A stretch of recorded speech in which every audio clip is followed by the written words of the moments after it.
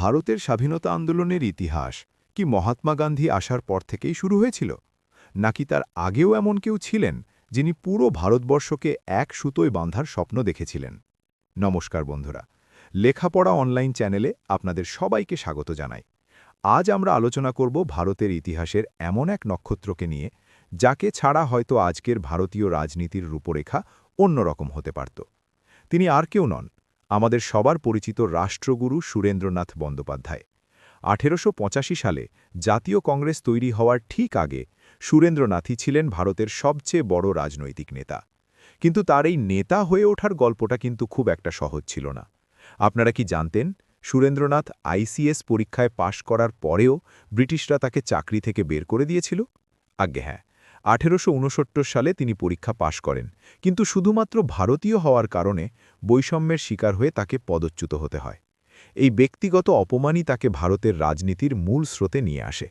আসলে সেই সময়কার সংগঠনগুলো ছিল মূলত জমিদারদের স্বার্থে। সুরেন্দ্রনাথ বুঝলেন যে ব্রিটিশদের বিরুদ্ধে লড়তে হলে সাধারণ মানুষকে রাজনীতির সাথে যুক্ত করতে হবে।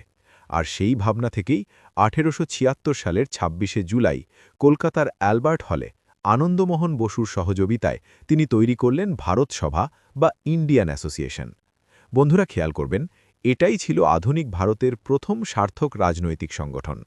সুরেন্দ্রনাথের লক্ষ্য ছিল খুব পরিষ্কার: একদিকে জনমত গঠন করা, অন্যদিকে হিন্দু মুসলিম মৈত্রী বজায় রেখে এক শক্তিশালী ভারত গড়ে তোলা।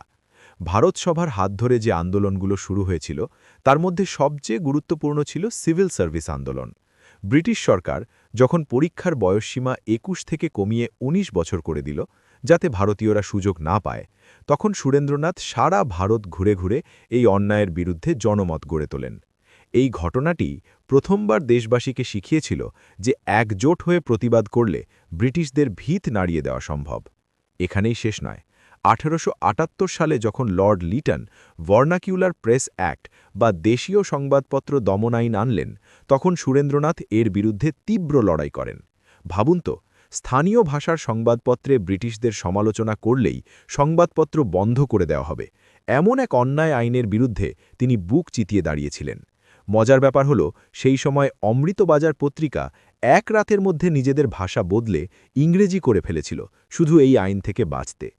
এই সময় ভারত সভার আন্দোলনের চাপে পড়ে ব্রিটিশরা বুঝতে পেরেছিল যে ভারতীয়দের আর দাবিয়ে রাখা যাবে না। আপনারা কি ইলবার্ট বিল আন্দোলনের কথা শুনেছেন? ১৮৮৩ সালের এই বিলটি চেয়েছিল যাতে ভারতীয় বিচারকরাও ইউরোপীয়দের বিচার করার অধিকার পায়। কিন্তু ব্রিটিশরা যখন এর বিরোধিতা করে হোয়াইট মিউটিনি শুরু করল, তখন সুরেন্দ্রনাথের নেতৃত্বে ভারত সভা গর্জে উঠেছিল।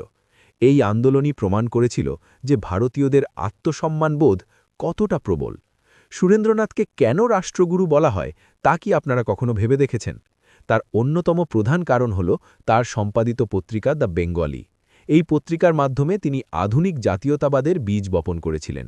১৮৮৩ সালে তিনি কলকাতায় যখন সর্বভারতীয় জাতীয় সম্মেলন ডাকলেন, তখন থেকেই মূলত আজকের জাতীয় কংগ্রেসের ভিত্তিপ্রস্তর স্থাপিত হয়েছিল। পরবর্তীকালে ১৮৮৬ সালে এই ভারত সভা জাতীয় কংগ্রেসের সাথে মিশে যায় এবং সুরেন্দ্রনাথ ২ বার কংগ্রেসের সভাপতি নির্বাচিত হন। ১৯০৫ সালের বঙ্গভঙ্গ বিরোধী আন্দোলনেও তিনি ছিলেন সম্মুখ সারির সৈনিক। তবে জীবনের শেষ দিকে নরমপন্থী রাজনীতির প্রতি ঝোঁকের কারণে তিনি কিছুটা সমালোচিত হয়েছিলেন। তবুও ভারতের স্বাধীনতা সংগ্রামের ইতিহাসে তার অবদান কোনোভাবেই অস্বীকার করা যায় না। ১৯২৫ সালে তার মৃত্যু এক বিশাল যুগের অবসান ঘটিয়েছিল। বন্ধুরা, সুরেন্দ্রনাথ বন্দ্যোপাধ্যায়ের জীবন থেকে আমরা শিখি যে প্রতিকূলতার মুখেও কিভাবে নিজের আদর্শে অটল থাকতে হয়। আপনাদের কি মনে হয়, বর্তমান রাজনীতিতে সুরেন্দ্রনাথের মতো নেতৃত্বের প্রয়োজন কতটা? কমেন্টে আপনার মূল্যবান মতামত অবশ্যই লিখে জানাবেন। আজকের আলোচনাটি আপনাদের কেমন লাগলো তাও জানাতে ভুলবেন না। ভিডিওটি ভালো লাগলে একটি লাইক দিয়ে আপনার বন্ধুদের সাথে শেয়ার করুন। আমাদের এই ভিডিওর কন্টেন্ট পড়ার জন্য আমাদের লেখাপড়া.com ওয়েবসাইটটি ভিজিট করতে পারেন। লিংক এই ভিডিওর ডেসক্রিপশন বক্সে দেওয়া আছে।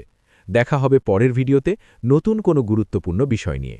সবাই ভালো থাকুন, সুস্থ থাকুন। ধন্যবাদ।